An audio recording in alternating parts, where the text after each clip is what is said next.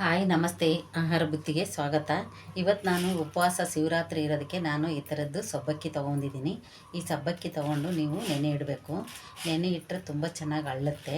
ಬೇಕಾದ್ರೆ ರಾತ್ರಿ ನೆನೆ ಇಟ್ಕೊಂಡ್ರೆ ತುಂಬ ಚೆನ್ನಾಗಿರುತ್ತೆ. ನಾನು ಇದನ್ನು ರಾತ್ರಿ ನೆನೆ ಇಟ್ಕೊಂಡಿದ್ದೀನಿ, ತೋರಿಸ್ತೀನಿ. ನೀವು ಬೇಕಾದ್ರೆ ರಾತ್ರಿ ನೆನೆಕ್ಕೆ ಇಟ್ಟೋಕ್ಕಾಗಿಲ್ಲ ಅಂದರೆ ಒಂದು 2 ಅವರ್ 3 ಅವರ್ ನೆನೆಸಿಟ್ರೆ ಸಾಕು. 2 ಸತಿ ವಾಶ್ ಮಾಡಿಬಿಟ್ಟು ನೀರು ಹಾಕಿ ಇಡಿ.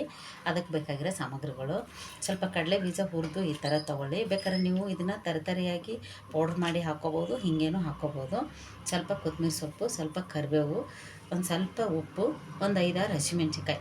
ಯಾಕಂದ್ರೆ ಉಪವಾಸ ಇರೋದಕ್ಕೆ ನಾವು ಈರುಳ್ಳಿ ಬೆಳ್ಳುಳ್ಳಿ ಹಾಕ್ತಾಯಿಲ್ಲ. ನೀವು ಬೇಕಾದ್ರೆ ಈರುಳ್ಳಿ ಬೆಳ್ಳುಳ್ಳಿ ತಿನ್ನೋರಿಗೆ ಇಷ್ಟ ಇದ್ದರೆ ನೀವು ಹಾಕ್ಕೋಬೋದು. ಇದನ್ನು ಹೇಗೆ ನೆನೆಸಿದ್ದಂತ ನಾನು ತೋರಿಸ್ತೀನಿ ನೋಡಿ. ನಾನು ರಾತ್ರಿ ನೆನೆಕ್ಕೊಂಡಿದ್ದೆ. ಇದು ನಿಮ್ಗೆ ರಾತ್ರಿ ನೆನೆಯೋಕ್ಕೆ ಟೈಮ್ ಇಲ್ಲ ಅಂದರೆ 2 ಅವರ್ 3 ಅವರ್ ನೆಂದರೆ ಸಾಕು. ನೀವೆಲ್ಲ ಕೆಲಸ ಮಾಡೋದ್ರಾಗೆ ನೀವು 2 ಅವರ್ 3 ಅವರ್ಗೆ ನೆಂದೋಗುತ್ತೆ ನೋಡಿ. ಈ ಥರ ಆಗಬೇಕು. ಉಪವಾಸ ಇರೋರೆಲ್ಲರೂ ಇದು ಶಿವಗೆ ಶ್ರೇಷ್ಠ. ಇದನ್ನೇ ನೀವು ಒಗ್ಗರಣೆ ಹಾಕ್ಕೊಂಡು ತಿನ್ಬೋದು. ನಿಮ್ಗೆ ಈರುಳ್ಳಿ ಬೆಳ್ಳುಳ್ಳಿ ಇಷ್ಟ ಇರೋರು ನೀವು ಅದನ್ನ ಒಗ್ಗರಣೆ ಹಾಕ್ಕೋಬೋದು. ಇದನ್ನು ಹೇಗೆ ಒಗ್ಗರಣೆ ಹಾಕೋದಂತ ನಾನು ತೋರಿಸ್ತೀನಿ, ಬನ್ನಿ ನೋಡಿ. ಒಂದು ಬಾಣಲೆ ಇಟ್ಕೋಬೇಕು. ಒಂದು 2-3 ಸ್ಪೂನ್ ಆಗೋಷ್ಟು ಎಣ್ಣೆ ಹಾಕ್ಕೋಬೇಕು. ಜಾಸ್ತಿ ಎಣ್ಣೆ ಹಾಕ್ಕೊಳಕ್ಕೆ ಹೋಗಬೇಡಿ, ಒಂದು 2 ಸ್ಪೂನ್ ಆದರೆ ಸಾಕು. ಇದಕ್ಕೆ ಸ್ವಲ್ಪನೇ ಸಾಸಿವೆ, ಸ್ವಲ್ಪ ಜೀರಿಗೆ,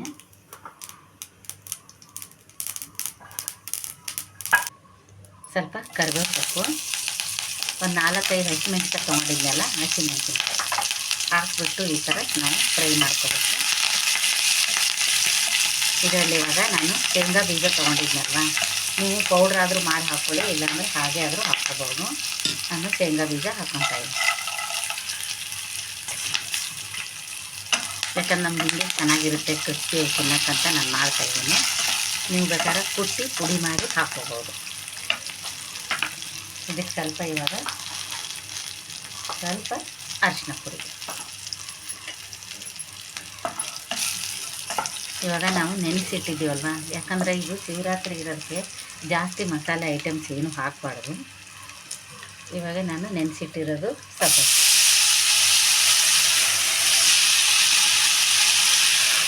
ಈ ಥರ ಮಾಡ್ಕೊಂಡು ತಿನ್ನಿ, ತುಂಬ ಚೆನ್ನಾಗಿರುತ್ತೆ. ಉಪವಾಸ ಇದ್ದವ್ರಿಗೆ ಒಳ್ಳೆಯದಿದೆ. ಇವಾಗ ಸ್ವಲ್ಪ ರುಚಿಗೆ ತಕ್ಕಷ್ಟು ಉಪ್ಪು ಒಂದು ಈ ಥರ ಹಾಕಿ ಮಾಡಿ ಒಂದು 2 ನಿಮಿಷ ನೋಡಿ. ಇವಾಗ ಇದಕ್ಕೆ ನೀರಿಗೆ ಏನು ಹಾಕಕ್ಕೆ ಹೋಗಬೇಡಿ. ಒಂದು 2 ನಿಮಿಷ ಇದನ್ನು ಹೀಗೆ ಮುಚ್ಚಳ ಮುಚ್ಚಬೇಕು ನೋಡಿ. ಹೇಗಾಗಿದೆ ಅಂತ ನೋಡೋಣ. ನೋಡಿ, ಒಂದು 2 ನಿಮಿಷ ಮುಚ್ಚಿಟ್ರೆ ಸಾಕು, ಇಷ್ಟು ಸೂಪರಾಗಿರುತ್ತೆ. ಇವಾಗ ನಾನು ಸ್ವಲ್ಪ ಕೊತ್ತಂಬರಿ ಸೊಪ್ಪು ಹಾಕ್ತಾಯಿದ್ದೀನಿ. ಹಾಕ್ಬಿಟ್ಟು ಒಂದು 2 ನಿಮಿಷ ಮಧ್ಯದಾಗ ನಾವು ಮುಚ್ಚಿರ್ತೀವಲ್ವ, ಅದ್ರಾಗ ನೀವು ಹಾಕಿ ಈ ಥರ ಸ್ವಲ್ಪ ಕೈ ಆಡಬೇಕು ನೋಡಿ. ಒಂದು ಚೂರು ಏನೂ ಆಗಿಲ್ಲ. ಒಂದು ತೊಟ್ಟು ನೀರು ಹಾಕಕ್ಕೆ ಹೋಗಬೇಡಿ, ಚೆನ್ನಾಗಿರಲ್ಲ. ನೀರು ಹಾಕಿದರೆ ನೀರು ಇಲ್ಲದೇ ಮಾಡಬೇಕು ಈ ಥರ ನೋಡಿ. ಸೂಪರಾಗಿದೆ. ಇವಾಗ ರೆಡಿಯಾಗಿದೆ. ನಾನು ಸರ್ವಿಂಗ್ ಬೌಲ್ಗೆ ಹಾಕಿ ನಾನು ತೋರಿಸ್ತೀನಿ. ಇವಾಗ ಇದು ರೆಡಿ ಮಾಡಿದಾಗಿದೆ. ಎಲ್ಲರಿಗೂ ನಾನು ಶಿವರಾತ್ರಿ ಹಬ್ಬದ ಶುಭಾಶಯಗಳು ಹೇಳ್ತೀನಿ. ಇವಾಗ ಇದು ಒಂದು 5 ನಿಮಿಷದಲ್ಲೇ ನಿಮಗೆ ರೆಡಿ ಆಗುತ್ತೆ. ಯಾಕಂದರೆ ನೀವು ಸಂಜೆ ಈ ಥರ ತಿನ್ನೋದಾಗಿದ್ದಕ್ಕೆ ನಾನು ಇವಾಗ ಮಾಡಿ ತೋರಿಸ್ತಾ ಇದ್ದೀನಿ. ಒಂದು ಸಾಯಂಕಾಲ ನೀವು ಮಾಡೋ ಟೈಮ್ ಮುಂಚೆ ಒಂದು 2 ಅವರ್ ನೆನಿಟ್ರೆ ಸಾಕು. ನೆಂದು ಅಷ್ಟೇ ಸೂಪರಾಗಿ ಆಗಿರುತ್ತೆ.